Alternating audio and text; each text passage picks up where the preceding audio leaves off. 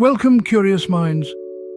Today we step into the realm of philosophy to tackle a fascinating concept: free will. So, what is free will? Free will is a philosophical idea, a belief that we as individuals hold the power to make our own decisions independently and free from any external influences or constraints.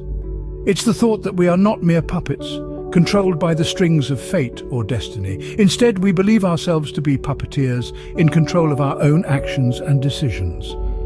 Picture this. When you wake up in the morning and decide whether to have coffee or tea, or when you choose to take the bus instead of walking to work, you're exercising your free will. You're making choices guided by your own desires, preferences, and even whims at times. Hence, free will is about making choices, acting on our desires and shaping our destinies. Many believe in free will. Let's explore why. Firstly, let's consider our daily experience of choice. Each day, we make countless decisions, from what to wear, to what to eat, to how we spend our time. We feel a deep, intuitive sense of freedom in these choices, a sense that we could have chosen differently. This is the experience of choice, and it's a powerful argument for free will.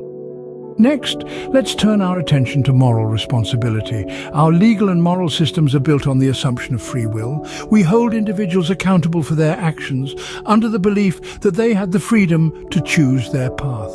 If a person commits a crime, we deem them guilty, with the understanding that they could have chosen not to commit the crime. This principle of moral responsibility suggests that we operate with the belief in free will, even if we don't consciously acknowledge it. Lastly, we have the argument of creativity and innovation. Think about the countless inventions and innovations that have shaped our world. The telephone, the internet, the electric car, all products of human ingenuity. This ability to think outside the box, to create something new and unique, seems to suggest a freedom of thought and action that goes beyond the confines of deterministic laws. However, it's important to note that these arguments are not without their critics. Some philosophers and scientists argue that our experience of choice may be an illusion, our moral responsibility a societal construct, and our creativity the result of complex but ultimately deterministic neural processes. These points suggest we have the freedom to make our own decisions, but some philosophers and scientists disagree. Now let's delve into arguments that challenge the existence of free will. First, let's consider determinism. This philosophical concept argues that every event, including human cognition and behavior, is causally determined by previous events. In other words, the decisions you make, the thoughts you have, and the actions you take are all the result of a chain of events that have occurred in the past. If this is true, it would mean that our supposed free will is nothing more than a response to these previous events, somewhat like a domino effect. Secondly, let's tackle the illusion of choice. While it may feel as though we're making independent choices, our decisions are heavily influenced by our subconscious mind, environment, and past experiences. Think about it. Our likes, dislikes, fears, and dreams are all shaped by our past. Even when we believe we're making a choice out of free will, we're often unconsciously guided by these factors. So, are we really free in our decision-making? Lastly, there's compelling evidence from neuroscience research that adds weight to the case against free will. Various studies have shown that our brain makes decisions before we're consciously aware of them. This suggests that while we think we're in control, it's actually our brain that's running the show. It's as if we're passengers in our own bodies, merely observing decisions that have already been made. These counter-arguments suggest that our perception of free will may be an illusion. It's a fascinating yet somewhat disconcerting thought that the freedom we perceive in our decision-making may be nothing more than an illusion. But remember, this is just one perspective.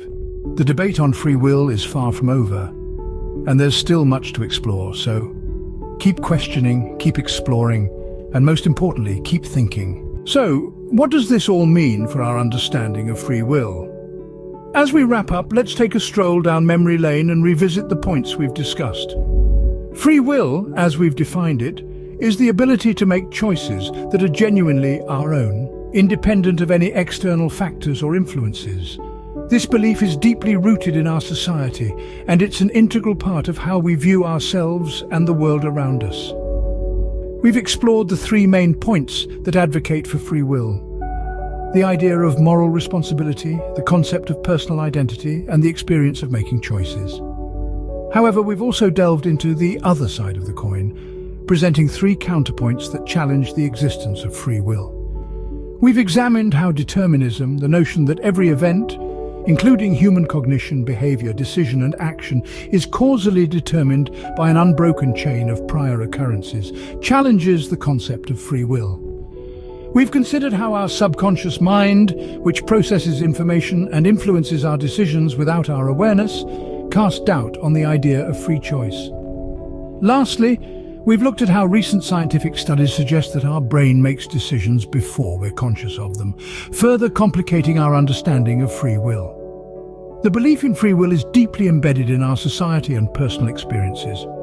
Still, there are compelling scientific and philosophical arguments suggesting that our choices might not be as free as we think. This isn't to say that we're merely puppets on strings, helplessly manipulated by external forces. Rather, it's an invitation to explore the fascinating and complex interplay between our conscious and subconscious minds, between determinism and free choice.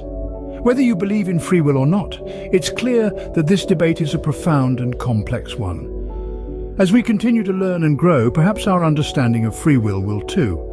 Until next time, stay curious.